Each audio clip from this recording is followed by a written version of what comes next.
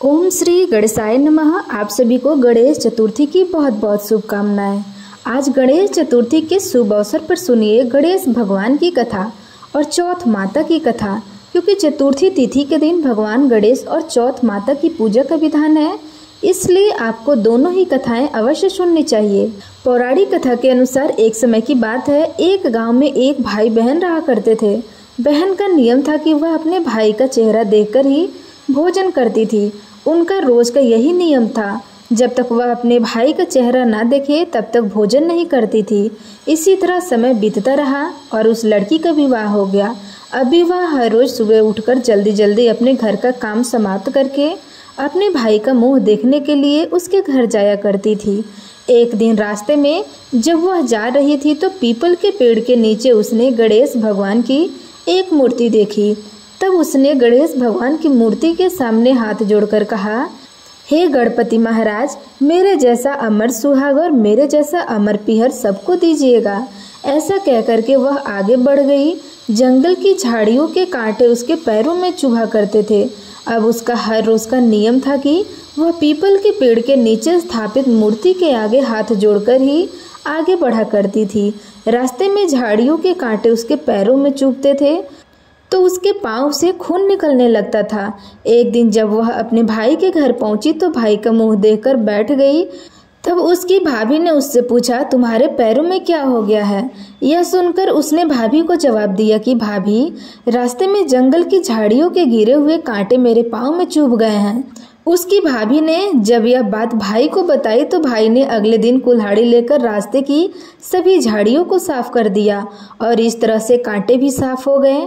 भाई ने कांटों के साथ साथ पीपल के पेड़ के नीचे रखी मूर्ति को भी वहां से हटा दिया था, तथा जिसकी वजह से गणेश भगवान क्रोधित हो गए और इस प्रकार उन्होंने क्रोधित होकर उसके भाई को प्राण हर लिए।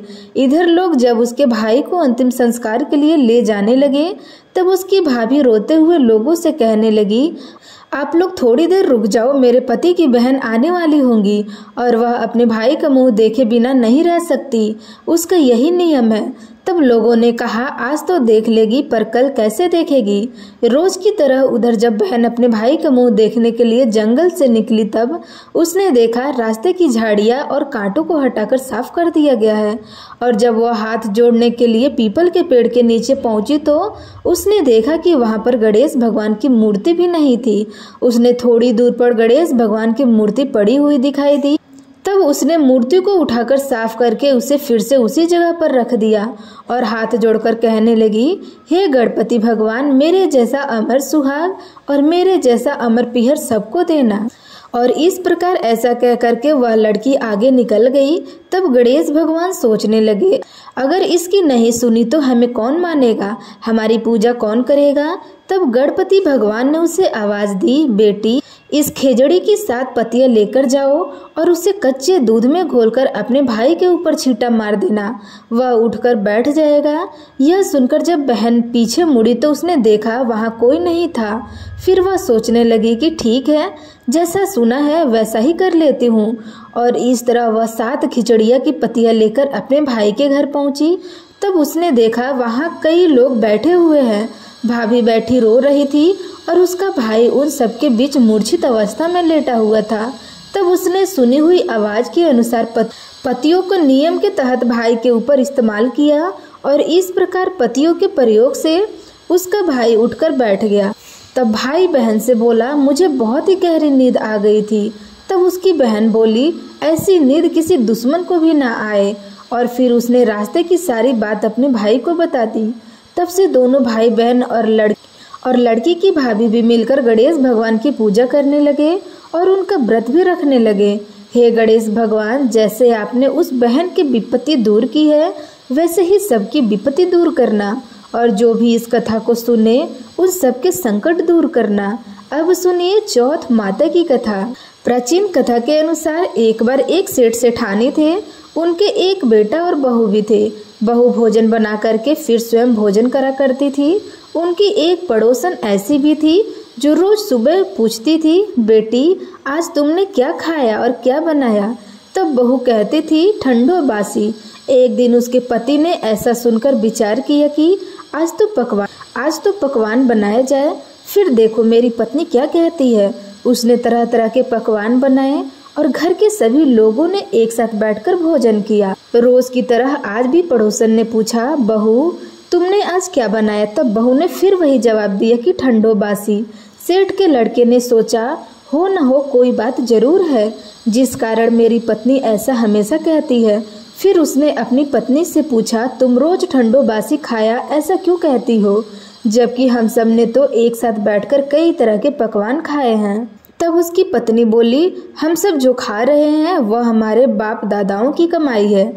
जिस दिन आप कमाकर लाओगे उस दिन मैं समझूंगी कि हम ताज़ा भोजन कर रहे हैं। सेठ के लड़के ने इस बात पर खूब विचार किया। फिर एक दिन अपनी माँ से बोला, माँ मैं एक बड़े शहर में पैसा कमाने के लिए जा रहा हूँ। तब उसकी माँ बोली, बेटा हमारे पास तो इतना धन है कि खाए से भी नहीं खाया जाएगा। माँ के मना करने पर भी बेटे ने खुद कमाने का निश्चय कर लिया और जाते समय अपनी पत्नी से बोला कि मैं जब तक कमाकर बहुत सारा धन लेकर वापस लौट न आऊं तुम चूल्हे की आग मत बुझने देना। और फिर एक दिन चूल्हे की आग बुझ गई। तब वह मन ही मन घबराने लगी, कहीं मेरे पति पर कोई संकट तो नहीं आ पड़ा।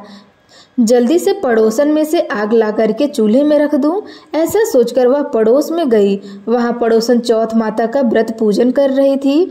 पड़ोसन ने कहा, बहन थोड़ी देर में आकर जाना। बहू ने पड़ोसन से पूछा कि आप यह व्रत क्यों करती हो, इससे क्या फल मिलता है? तब पड़ोसन बोली, चौथ माता के इस व्रत को करने से अनन्य लक्ष्मी जी मिले और अपनी मनोकामनाएं भी पूरी होती है।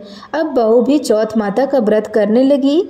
दीवार पर चौथ माता बनाई और उस दिन घी गुड़ का चूरमा बनाकर रात को चंद्रमा को अर्घ देकर भोजन करती। ऐसा करते करते उसे बहुत दिन बीत गए। उधर चौथ माता ने बहू के पति को सपने में दर्शन दिए कि हे साहूकार के बेटे, तू जाग रहा है कि सो रहा है? तेरी पत्नी तुझे बहुत याद कर रही है। जा घर जा और उसकी चिंता मिटा। तुम दुकान खोलकर कंकु केसर का पगलिया बनाकर बैठ जाना। आज तेरा सारा हिसाब किताब चुकता हो जाएगा। अब तो चौथ माता ने जैसा कहा था वैसा ही हुआ। उसने घर जाने की तैयारी की और गाड़ी भरकर धन दौलत लेकर चल पड़ा। रास्ते में एक बड़ा सा काला नाग फन फैलाए बैठ गया और बोला, आज तो मैं तुझे डसूंगा, छोड़ूंगा नहीं, तेरी उम्र पूरी हो गई है। सेठ का लड़का बोला, आज चौथ माता ने मुझे सपना दिया है। मैं तो अपने पत्नी से मिलने घर जा रहा हूँ। वहाँ मेरी पत्नी मेरा इंतजार कर रही होगी, बहुत चिंता कर रही होगी और मैं उससे मिलकर जरूर वापस आऊँगा। तब तुम मुझे डस लेना। तब नाग बोला, तुम अगर शपथ लेकर जाओ तो ही मैं तुम्हें जाने दूंगा। अगर तुम लौट कर नहीं आए तो मैं तुम्हारे घर आकर के तुम्हें डस लूंगा। इस प्रकार साहूकार का वह बेटा सांप को वचन देकर अपने घर पहुंच गया। वहां सभी से हंसी खुशी से मिला और भोजन करके फिर एक कोने में उदास होकर बैठ गया। उसकी पत्नी ने उदासी का कारण पूछा तो पति ने काले नाग वाली बात बताते हुए कहा, अगर मैं उसके पास नहीं जाऊं तो वह घर आकर ही मुझे डस लेगा। पत्नी बहुत चतुर थी, बोली, आप घबराओ नहीं, लेट जाओ, मैं उसका उपाय करती हूँ। पत्नी ने कमरे की 7 पीढ़ई डोली। पहली पीढ़ई पर रेत, दूसरी पर इत्र, तीसरी पर गुलाल और चौथी पर कंकु केसर, 5वीं पर लड्डू पेड़ा, 6वीं पर गादी गचीला और 7वीं पेड़े पर दूध से भरकर कटोरा रख दिया। इस प्रकार वह 7 ही पेड़ी सजाकर बैठ गई। आधी रात होते ही वह नाग आकर पेड़ी चढ़ने लगा। पहली पेड़ी पर रेत में लेट गया और कहने लगा, सेठ की बहू ने आराम तो बहुत दिया, लेकिन क्या करूं, वचन से बद्ध हूँ, मैं उसे डसूंगा तो जरूर। इस प्रकार 7 ही पीढ़ियों को वह नाग आराम करता हुआ और कहता कि डसूंगा तो जरूर। जैसे ही वह कमरे में जाने वाला था कि चौथ माता ने विचार किया कि अगर मैं इसे नहीं बचाई तो संसार में धर्म कर्म और व्रत पूजन फिर कौन मानेगा। अब तो गणेश जी, चंद्रमा जी और चौथ माता ने साहूकार के बेटे को बचाने का विचार किया। चंद्रमा जी ने उजाला कर दिया, चौथ माता ढाल बन गई और गणेश जी ने तलवार लेकर नाग को मार दिया और ढाल से ढक दिया। बहू भी थकी हारी सो गई। दिन हुआ तो लोग बेटे से मिलने आए, परंतु बेटा बहू तो उठे ही नहीं थे। बहुत देर हो गई तो माँ उन्हें उठाने के लिए गई। माँ ने सातों पीढ़ी पर जो कुछ देखा तो बहुत घबराई और जोर जोर से बेटे बहू की आवाज लगाने लगी। बेटा बहू उठो तो देखो कि एक ढाल तलवार पाड़ पड़ी है। अब ढाल उठाई तो वही काला नाग मरा हुआ पड़ा था। तब बेटा बहू ने सोचा कि आज तो धर्म कर्म ही आड़े आ गए हैं। अब भगवान श्री गणेश और चौथ माता ने हमारी रक्षा की है। चौथ माता, आपने जैसे सेठ के बेटे और बहू की रक्षा की वैसे सबकी रक्षा करना। प्रेम से बोलिए चौथ माता की जय, गणेश भगवान की जय।